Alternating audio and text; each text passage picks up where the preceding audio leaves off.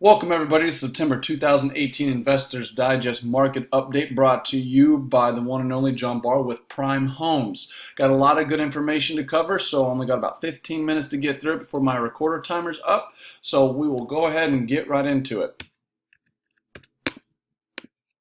So the July-August review numbers, the average sales price rose to $267,661, which is just under a 6% increase year over year. So average sales prices are continuing to rise. Median sales price jumped back up again this month to $220, which is a 6.3% increase year over year. And we were seeing a little bit of a drop in total sales, but we were back up to 8.4% increase year over year to 3236. So a lot of sales volume out there, a lot of houses being sold.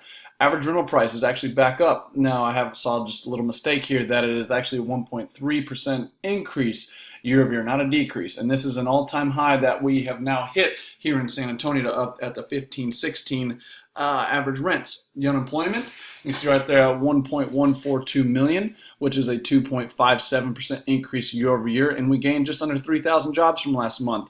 Not a huge gain in jobs, but when we're talking an unemployment rate of 3.5%, you don't have a lot of room to really continue to gain jobs. At the 3.5%, we are below the Texas average and below the national average. So that's really good for San Antonio and really good for real estate prices. So we actually dropped 0.16% from last month.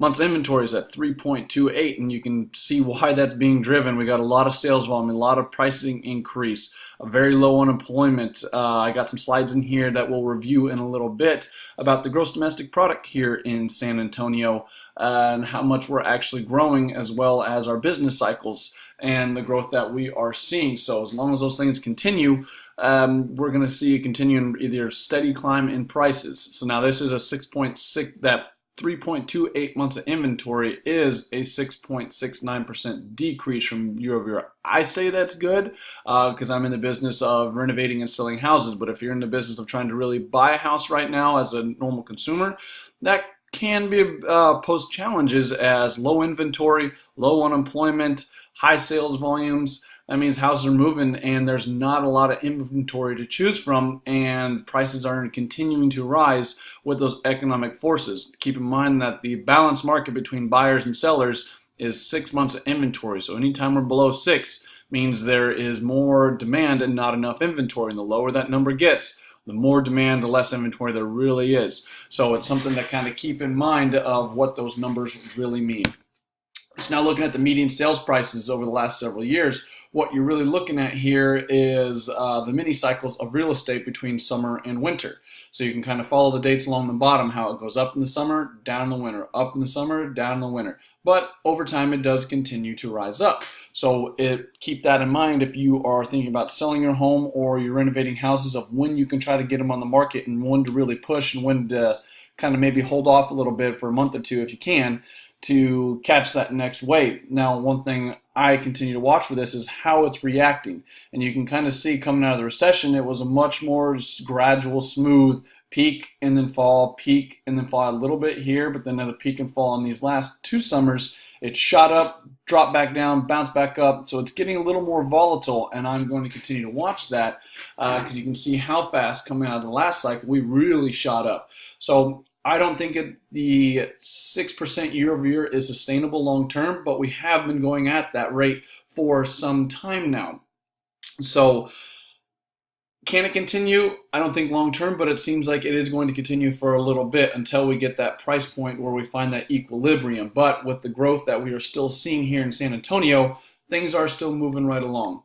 Monthly rents, you can kind of see the exact same thing where it rises and falls. So I would recommend, and I do this, I know other investors do this, that if you pick up a rental property in December, make it a 3 to 4 month lease that you can get those rates or those new leases always ending in that March, April time frame, to where if you do have a vacancy, you can get in there, clean the property, get it back on the market to where you are catching that next wave to catch that higher rents. So now what I am watching here is that we had a drop last month, and that's very inconsistent for the time of year to see it bounce around like that. And rents are something usually much more stable and aren't as volatile.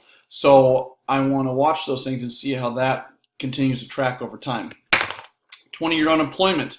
You can see the last two recessions here, and why I track this is if I start seeing 0.5 to 1% increases month over month, you can really see in the last recession how fast the unemployment rate really took off month over month and stayed there for a while and gradually tracked down, and now you can see we're just bouncing around the bottom. So we did see 2 months ago a 0.5% increase, but it dropped back down and leveled off. Something that's not too concerning if it's just 1 month, but if I see it month over month over month, I'm really going to be looking at what's going on in the economy, what is driving this unemployment, because if unemployment continues to rise, that means jobs are being laid off, consumers are going to get scared, and that's going to slow the real estate prices.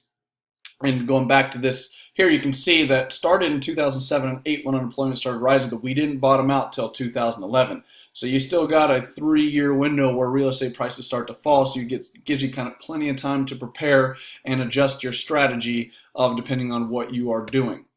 Year-over-year appreciation, you can see, that's why I always track this to see how this is moving year over year, and you can see we bottomed out at that 2011, shot back up, and we've been hitting those 6, 7, 8, 9, 10% and all the way up to 11 in 2015. And I thought we were starting to trend back down, but we did spike up again this last summer in April to a 9% year-over-year appreciation. So we are still hitting those numbers. I don't think, like I mentioned earlier, I don't think this is sustainable long term to keep having these high appreciation numbers when your wage growth is only at 2%, but real estate prices are hitting at 6, 7, 8, and especially what they're starting to raise interest rates on the Federal Reserve and the overnight rates, which will eventually trickle back down into mortgage rates.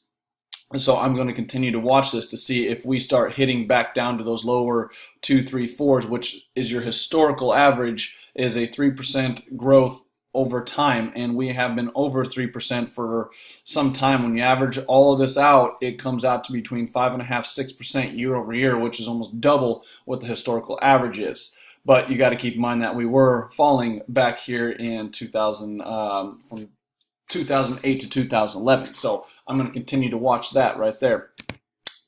So now, like I was mentioning earlier, is San Antonio growing?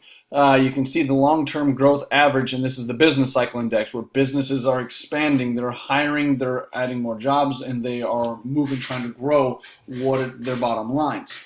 So you can see in 2009, 8, and 9, we bottomed out, and then we started climbing, got up over the average, and we were hanging above the average for several years. Then we got back down, and now we're below in 2018, but we are still growing. We're not sitting at the long-term growth average. Now, remember, that's over a long time, so you have stuff that's higher, you have stuff that's lower.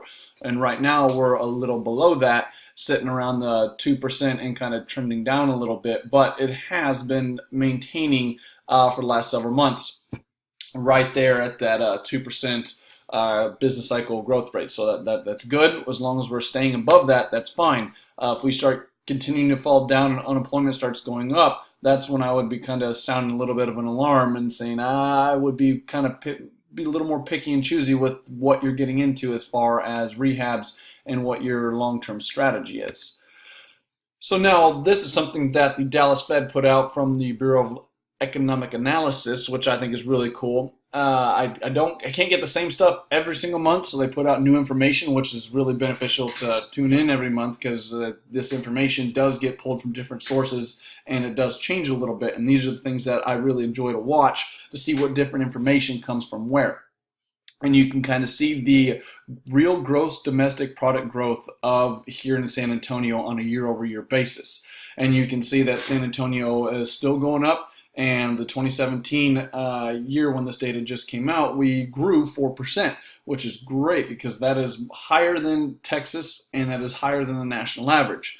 And that is, I think, partly driven by our affordability of our city and the unemployment being lower than national average and lower than Texas. So we only kind of see here where 2009 dropped off, and then we rose all the way to 2015, dropped off in 16, and now we're rising again in 2017. And I don't expect to get another year's worth of growth till obviously 2018 is over and we're into 2019 to see how much San Antonio has grown. Now, this is a great example of can this sustain this growth in the real estate prices increasing like I'm asked a lot. And as long as these numbers continue to go up, unemployment stays low, gross domestic product keeps growing, and business cycle stays positive, we can still sustain a level, at least a level real estate price, and slowly rising along with these numbers as long as wages continue to rise. So now where to market? Where's the best months, lowest months inventory and the highest months of inventory and best prices to market? And excuse me for kind of be rushing through this. A lot of, like I mentioned, a lot of information to cover in a short amount of time. So now I do this by price range and by zip code to see where is the most in-demand housing in San Antonio. Keep in mind that 6 months is the average. Anything below that means there's more demand than there is supply. The lower the number, the more demand and the less supply. And you can see where our most in-demand housing in San Antonio is that 150 to 250 price range, sitting at less than 2 months and a 2.65, and there's a lot of demand. I'm sure if you're a buyer's agent watching this, you kind of feel it. You submit an offer on a good house in those price ranges, you are usually fighting multiple offers, and you really don't have much negotiating power because seller agents, investors know that there is not much demand or inventory in those price ranges. And you can kind of see here in San Antonio where we have a jump from the 250 to 300, and it's kind of interesting now that I've been doing this for several years. This 1 month jump almost, or 8.8 tenths of a month increase in the inventory used to be from the 200 to 250. But since we have been going up for so long, you can really tell that this has shifted up into the 250, 300 price range. And I think it's a lot of jobs being created, economy expanding, and wages rising. So now where's the best zip codes, the most in-demand inventory? Where do people want to live? And this month it's that 251, 240, and 220, which is really crazy to me is because 251 and 240 are very large zip codes. And to see 2.6 months of inventory, and really what that means is if no new houses got listed in that entire zip code, which has thousands of homes in it, it would take less than 2 months for every house to be sold in those zip codes. And now you can kind of see the appreciation you have seen almost 2 years. So now I do this in December 16th, and once I get into the December data, I'll move this in a 2-year moving average so you can see the appreciation that some of these areas have seen. Now, you should be depending on where you're watching this, you should be getting a PDF copy with these slides, so you can kind of click through and review and watch this again and kind of get that repetition so you can see what these numbers really mean. So now over here, got a little bit of there we go. Worst zip codes. Now this isn't to say these are bad zip codes to be doing in any investing or holding some of these properties, because you can really see that these areas still are appreciating very nicely, especially like here at 202, which is the downtown area, from 124 to 186, or here in 204 downtown area again from 146 to 273 on the average median sales prices. So they're not bad zip codes, it's just something to keep in mind of what your competition level is in that area, because you are in the higher price ranges now, so you can keep this in mind of what the months of inventory is for the entire city. So it's really kind of something you want to watch to see, what do you need to do something extra? Do you need to, how do you say, put a little, and my computer just crashed, so that was my last slide, so I'll just kind of talk through this really quick. I don't know what's going on with PowerPoint right now, but keep that in mind as far as doing, let's see if I can get it here real quick.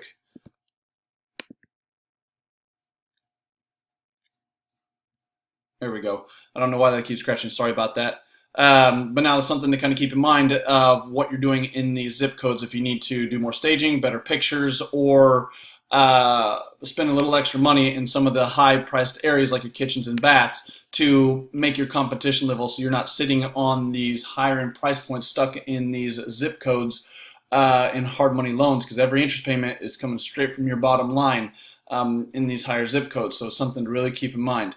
Now, that kind of concludes it. I apologize for the technical difficulties. I'll have to see why that is not working properly. But if you have any questions, you can shoot me an email at john@PRYME.homes. You can hop onto social media, Facebook and Instagram. Give us a shout out there. Like our pages to stay up to date on what we are doing.